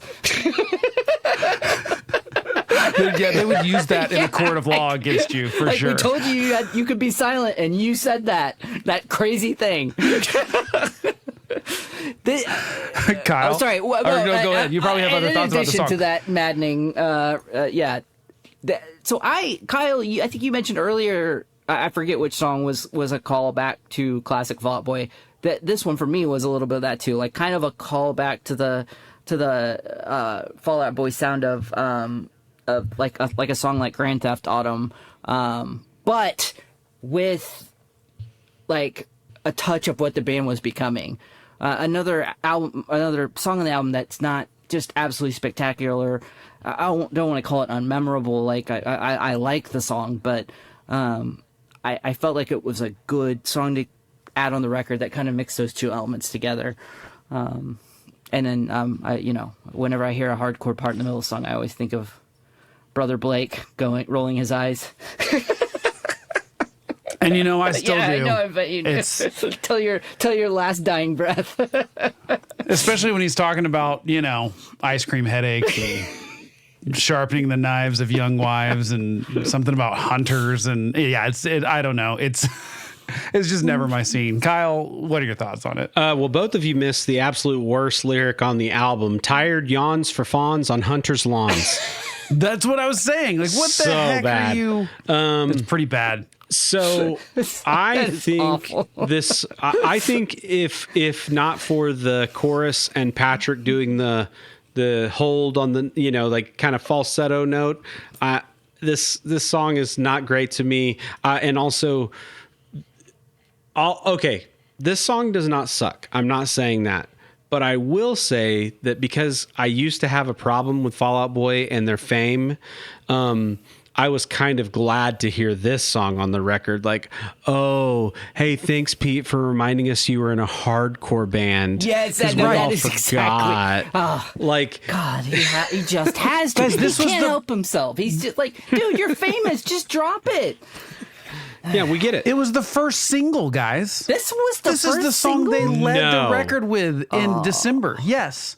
Now, I get why they did it. I think it was very much the single that's not, I'm not saying it was getting radio play. It is the one, I'm pretty sure it's the one that did not chart. Oh, no, it did. It charted peak position 81, Pop 167. That makes no sense to me because I don't think compared to the other four singles, and obviously the label's going, okay, we do this one. It's got the hardcore thing. It gets, again, what we just talked about earlier. It's like gets the fans excited.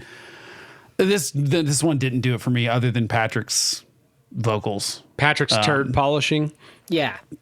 Yeah, but other than that, it's Yeah, just, he's almost I'm with singing you. me Okay. to sleep so I can forget whatever else is going on in there. Oh, I do want to say this. Okay. Yeah. Because I think most of us are on the same page up to this point. We're what? 11 tracks in, 10 tracks in. 10. So 10 tracks in and talking about it's a no for me, dog. That's impressive. Yeah. That is- in that and is- of itself is, yes. Yeah, I mean, there are 9-track albums. Right. You know what I mean? Right. And there are certainly a lot of 10-track records that have more than one stinker on them. So yeah, to get to track 10 to be the first time that we're kind of going oh, I really just Could have done without it. could have done without this one, which is wild to me that it's a single. Doesn't make a lot of sense to me. Okay, let's go to track 11, which is Bang the Doldrums. It's a love song in my own way. I believe I wrapped it below the waist. Best friends, ex-friends to the end, better off as lovers. Racing through the city, windows down in the back, yellow ticket calls. Oh, oh, oh, oh, oh, oh, oh.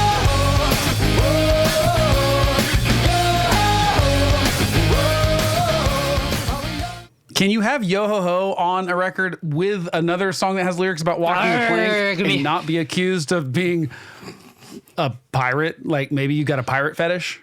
Just saying. Kyle, what are your thoughts on the song? But say it like a pirate. So I like this song, and I have some stuff I want to talk about, some factoids about this song. Please do. But I do want to say I always hear Wizard of Oz, the I've never picked up on that. Like I think that's just me being weird. But so okay. Do you guys know about let's see, Pete Key? Are you guys familiar with the legend of Pete Key? I am not. Okay. So this song is alleged to be a love song to Mikey Way. The claim is that they were secret lovers. Pete and Mikey had a love affair when they were on tour, and this song in particular is about Mikey. There's all kinds of rabbit holes you can fall down, but this song in particular, yeah, you totally should. It's widely believed that Mikey and Pete had a fling over the summer of 2005. The specific songs believed to be about this are Bang the Doldrums and the 4th of July. Let's see. I have never heard this. The song Bang the Doldrums from Infinity on High is almost universally speculated to be about the hot and heavy connection between Pete and Mikey during Warped Tour 2005, dubbed the Summer of Like. Fans even note that the song was originally titled Summer of Like, referencing the tour. Huh. I mean, the lyrics do make sense if you're saying that. And Mikey is that bizarrely handsome figure in My Chemical Romance. Just so he's quiet weird and handsome. shy. Yeah. He is very like there is something Like, hey. Electric. intriguing about him.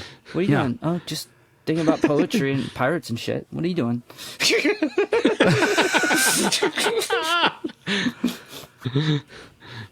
Also, that there is an are interesting zero theory. facts to back this up. I just thought I would throw it out there because Now that we put it out because there, oh, dude, there's probably a subreddit dedicated to this. There's YouTube so, videos like, on it. I mean, I'm finding all kinds of stuff. Just a quick search. It is a thing. Yeah. So Wow. Okay, I would not have. Okay. Well, here's the only reason I'm gonna maybe squash this a little bit. According to, he wrote this for the Shrek soundtrack. I don't know how Shrek has gotten brought up twice on this record now. I know. On this album, It's like on this Shrek episode. replaced Limp Bizkit. This is literally a tweet. Shrek is a life. tweet from Pete Wentz. The Shrek song is old. It was Bang the Doldrums. They just didn't like it for the movie, and so they didn't do it. But I mean, like, I don't know. It's but yeah, the lyrics. I'm like, they're not about Shrek. it's about Donkey and Shrek. Maybe it is. I don't know. The lipstick on the arm doesn't make a lot of sense in that case. But all right, this is. I did not think we'd be going there. But I thought it'd all be pirate stuff. But this is a whole new. Oh gosh, whole new reason to talk about pirate booty. Yeah. Okay, Now well, I'm reading this in a whole new light. What an adventure you've set me on, Kyle. It is an internet adventure. sounds like it. Yeah, very sea shanty though. Yeah, Blake Now I bringing it just home. can't. It's just a pirate song. Don't read into it. It's just about pirates. That's it. I just pictured them with eye patches and hooks, and I don't know. It could be bad. All right, let's get off this one. Let's go to track 12. Fame is less than infamy. can't stop. I know. That's I hard. can't. I'm addicted to the way I feel when I think of you. Oh, it's too much green to feel blue. When I'm all alone, I just can't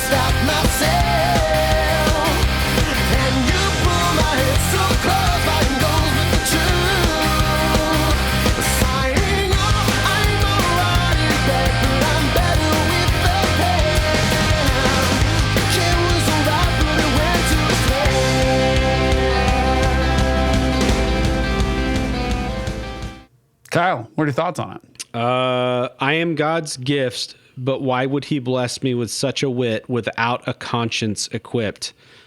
That is too arrogant for me, man. I'm just like, Yeah. whatever, dude. I like the song, but as we mentioned before, and I like what Patrick does on the song. We are now 13 songs in on a 14 song record. 12. Oh, Close okay. enough. Still, like, because I was so into the first 9 tracks on the album, I'm just kind of like, didn't have to have it. And again, maybe this is a standout on From Under the Cork Tree. It's not for me on this album. I think that's fine. I mean, it's a fast disco song, essentially. It is a disco song. Chorus is. It's a disco song.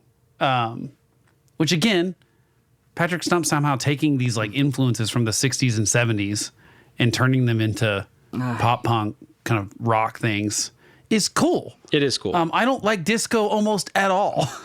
And yet I go, God, this like makes me want to tap my toe. I mean, like you cannot not move listening to that that chorus. It's just really good.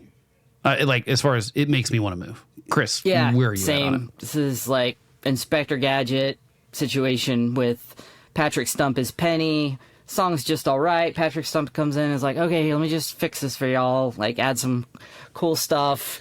I'm with you. Like, the song's just like kind of forgettable, but with Patrick's parts in it, it's cool. It really is cool. I when I listened to it, I was like, is this the first time I'm hearing this? I don't remember this at all. It had no effect on me, obviously. Yeah, I think it can be a little forgettable. Like- I think that's totally fair. I think that's fair, but I enjoy it when I'm listening to no, it. I don't think it's a But- bad song. Yeah, It's I just- agree. yeah. I agree. If I was looking at the lyrics, I might not have been able to hum the melody Yeah. if I hadn't just listened to this like 4-5 times this week or whatever. But I think it's still pretty good. And again, when we're 12 tracks in and we've found two tracks so far that we're like, I mean, there's I only wouldn't one even that call we're like, this yeah, one we'll bad. leave it I off. would say 1. I wouldn't right? even say Like, I'd leave it off. Yeah. Yeah. Okay. Let's go to track 13, which is You're Crashing, But You're No Wave.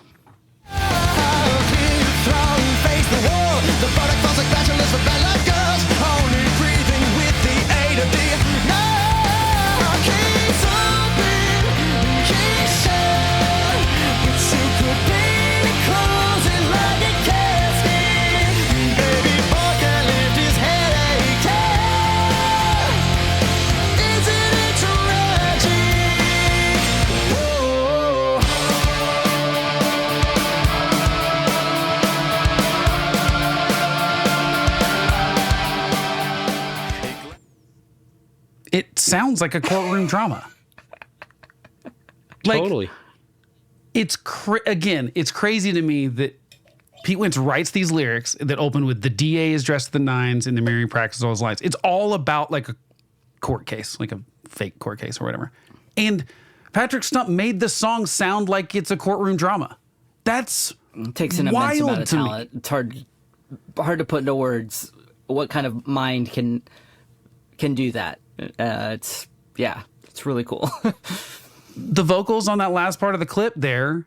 I mean, I just go, I wouldn't even know, other than the Law and Order theme, where would I even go to get the sound of a courtroom drama? But it builds ten- sounds it like it. And literally I think builds it would. tension. Like that's it, that's what it feels like. Yeah, it's It feels like kind of the Matlock theme almost. I mean, it's weird to me that he can do that. And it's also cool that they have this thing where Patrick Stump admittedly loves to sit and make music, but this is like, for that to be the match or the spark or whatever that starts this song, and maybe otherwise it doesn't, because I doubt Patrick Stump comes up with I should write a song that sounds like it's describing a courtroom drama.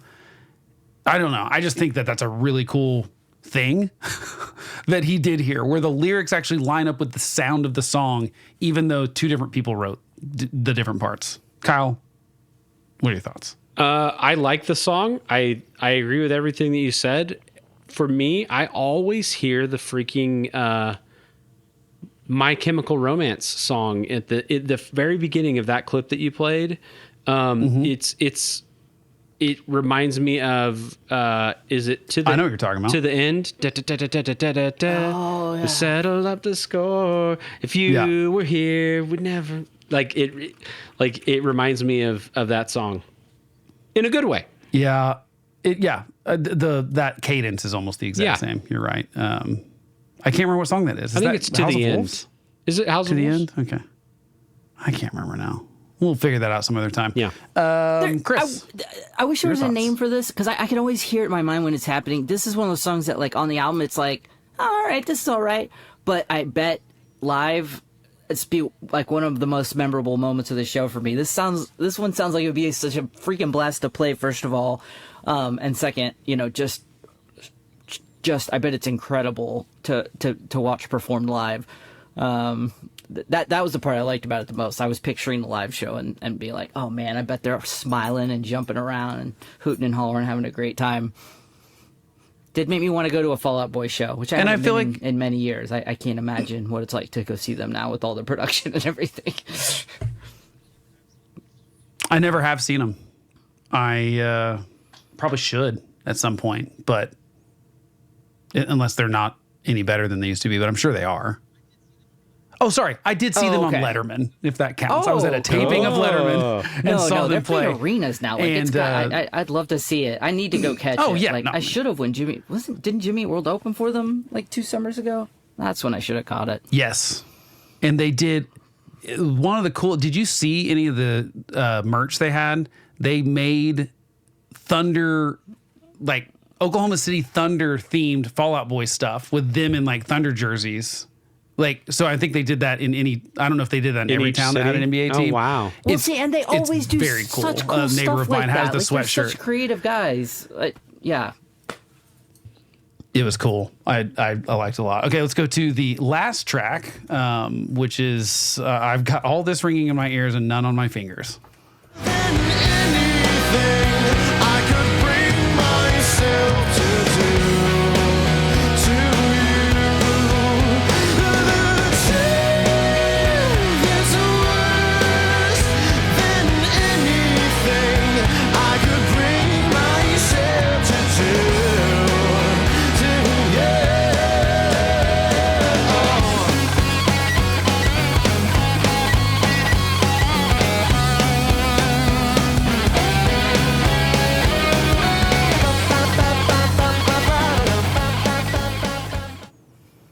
It's a fun part of the song. Kyle, what are your thoughts on the last track on there? Very fun part of the song, and I think this one too is a little bit reminiscent of My Chemical Romance, and again, I mean that as high praise. And then, I mean, we've said it over and over again. Patrick's vocals, his vocal performance on this song is insane. I think it also feels like a final track. I like it. I don't love it. You know what's weird about you bringing up the My Chemical Romance thing twice? That album came out October 20th of 2006. So they wrapped it in October of 20. So, but like that does have the bounciness of Dead for sure. Totally. Yeah. Yeah. But, and I was going to say there's no way that they weren't listening to this when, although I bet they had copies of it actually before it came out. Definitely. That was so the- maybe maybe it did influence them. I'd be curious to know that. Like, did they have an advanced copy of Black Parade? Because there are a few things and you go like, Surely. they had to have gone, oh, that was a cool idea. I mean, that guitar should do solo that. too is very, Yeah, it's like bridge pickup. yeah. Or neck pickup, like turn down. By the way, we forgot to mention, I should have mentioned this. Ryan Ross, Chad Gilbert did the guitar solos on the Take Over the Breaks Over, which is fun to have dueling guitars of not the guys in the band.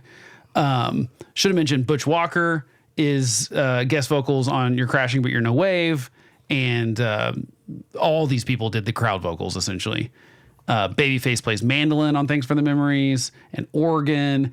There's a lot of cool lot of cool people. I mean, obviously, we talked about Jay-Z. That's the big one that's on the record, deal. obviously. But some pretty cool, and it's the Los Angeles Master Chorale of the crowd vocals in You're Crashing But You're No Wave. Again, like, that's what you do when you're like, oh, how do we make this more dramatic? We have an actual legit choir come in and do it. Anyway, it's a cool thing. I like it as a last track. It feels not like a normal last, like sometimes I want the last track to make me want to hit play again, but I feel like in this case, the last track makes me go, it's just kind of, it feels like good bookends between Thriller and this of it. It does feel like the end of the album. And it feels like, oh, we've gotten here. And it feels like it ends on that same kind of note. So I like it. Chris, what are your thoughts on it? I feel the same way as y'all. I mean, this feels like a Patrick project to me, right? Like bringing in all those influences and just kind of letting it all go. I don't know how you end an album like this without, if you go the hardcore route, that's going to be like too tongue-in-cheek. Ballad, also been done a million times. This is a really unique Fall Out Boy song. It's got all, a callback to 70s soul, influenced by all the artists that he grew up on. It's fun. It kind of closes it out, like you said, bookend, just like do-do-do-do-do-do, and we're done. Can I ruin something for you guys real quick? Ruin it. Destroy me. End my life. Again, another lyric I did not know what he was saying until this week is in the chorus, he's saying the truth hurts worse. I could not understand that. I always thought it sounded like he was saying something about a twist. And it specifically sounded like the robot chicken. It's a twist or whatever with the M. Night Shyamalan. Yeah. And that's always what I think of when I hear this song for whatever reason. And so now you will. So congratulations. You have that Thanks. now. Okay, let's get to lasting impressions and awards because we're almost at 2 hours and I can't believe that anyone's still listening to this if they are. So I think the first question is super obvious. Does it hold up? I mean, show of hands. Yay, the yays have it. Yeah, that makes sense to me. We are definitely, it holds up without a doubt. So the second question, Chris, is it their best album? I don't think so. I mean, I have to be honest, like, I'm not the biggest Fall Out Boy fan, if that wasn't completely obvious, for just the fact we have a complicated relationship. But that's okay. We'll allow you to. Musically, I've been so much more interested in projects that happened after this. Hard to dispute that people-wise, that have money and use money to pay for goods and services, chose this record as with the almighty dollar. But I gotta say, no, I don't think so. I think they did more interesting work later in their career. Kyle? I completely agree with Chris. And honestly, I think that this record for me was important because it made me let my guard down with Fall Out Boy. And maybe that's why I enjoyed the following records more. Don't get me wrong. This thing holds up. That's a really good point. It's a great record, but I like the next record.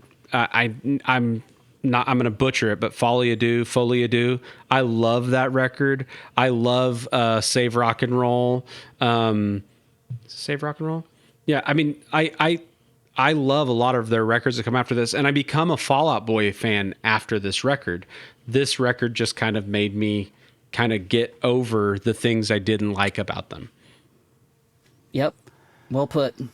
I think I'm between both of you in the sense that I'm a little more like Chris, where I have not given a lot of the albums. I've listened to all of them. I've not listened to them as much as this album, though, or From Under the Cork Tree.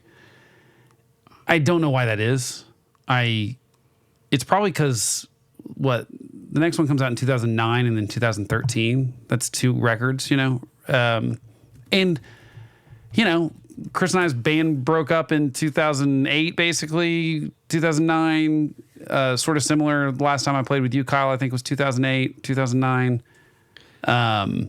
So some of the scene stuff just kind of got a little bit lost along the way because I was just, working my ass off at the mall all the time and didn't listen to records as much as I used to. So I don't know. I the reason I'm going to say I think it might be is because I think it is like Patrick Stump sort of coming out of a cocoon and me realizing he's way more creative than I think I gave him credit for before this album. And I think it's sort of a catalyst for everything, which kind of leads into the next question we ask, which is their most important album. And so I kind of think it might be both in the sense that, they took some chances on this record that they could have struck out. I think that they did it in a really smart way and they did it really well, again, because we were like, how many tracks in before we had a song that we were like, we were, whatever, 9 tracks in, 10 tracks in or whatever. That's crazy to have that many good songs. And I don't know that any of the rest of them, while there's a lot that I like, as far as like pop and hugeness and kind of all that stuff, it's really good. But sometimes it's really hard to compare. We talk about this all the time. It's hard to compare bands as they evolve, like their old stuff to their new stuff. When sometimes the new stuff is maybe better, but it's so different. It's like, how can I compare these two things? And how can I compare Patrick Stump 10 years into that sort of like burst of creativity versus 2007 when he's trying this for the first time? So it's kind of hard for me. That sounds like a cop out, but I think for me it's my favorite of their albums, I think. And like I said, I kind of started is it their most important? I think without a doubt, it's their most important album. Agree. Not just because it sold so many, but because of that sort of can of worms that we opened up with sort of Patrick Stump. I think he gets way better at, like I said, making a song sound like the lyrical content. And that blows me away because I don't even think Elton John did that particularly well. I mean, sometimes he did.